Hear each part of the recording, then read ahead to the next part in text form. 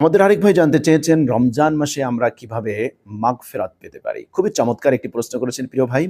রমজান মাসের স্পেশাল কিছু আমল আছে যেগুলোর সাথে আল্লাহ রাব্বুল আলামিন মাগফিরাতকে আ সম্পৃক্ত করে দিয়েছেন। এর মধ্যে একটা হচ্ছে রোজা রাখা।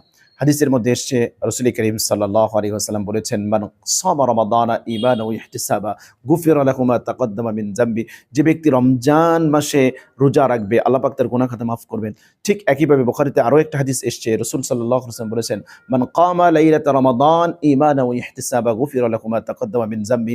যে ব্যক্তি রমজান মাসে কিয়ামুল লাইল আদায় করবে, তারাবির সালাত আদায় করবে, তাহাজ্জুদের নামাজ পড়বে, আল্লাহ রাব্বুল আলামিন তার গুনাহ খাতা মাফ করবেন। ঠিক একইভাবে রাসূল করিম সাল্লাল্লাহু আলাইহি ওয়াসাল্লাম বলেছেন, যে ব্যক্তি রমজান মাসে রোজা রেখে রোজাদারদেরকে ইফতার করাবে, সুবহানাল্লাহ, আল্লাহ রাব্বুল আলামিন তার গুনাহ খাতাকে মাফ করে দিবেন। এটা স্পেশাল ৩ টা আমল। রমজানের রোজা রাখা, আপনি কিয়ামুল লাইল আদায় করা, তারাবির সালাত আদায় করা, রোজাদারকে ইফতার করানো। এটা ছাড়া আরো যেই মাগফিরাতের আরো যত কাজ আছে, ভালো কথা বলা, ভালো কাজ করা, এগুলো তো আছে। কিন্তু স্পেশাল ভাবে আমি বলব এই ৩ টা কাজ যেন আমরা করি। ১ নাম্বার হচ্ছে রোজা রাখা, ২ নাম্বার হচ্ছে তারাবির সালাত আদায় করা, আর ৩ নাম্বার হচ্ছে রোজাদারদেরকে ইফতার করানো। আল্লাহ পাক আমাদেরকে আমল করার তৌফিক দান করেন।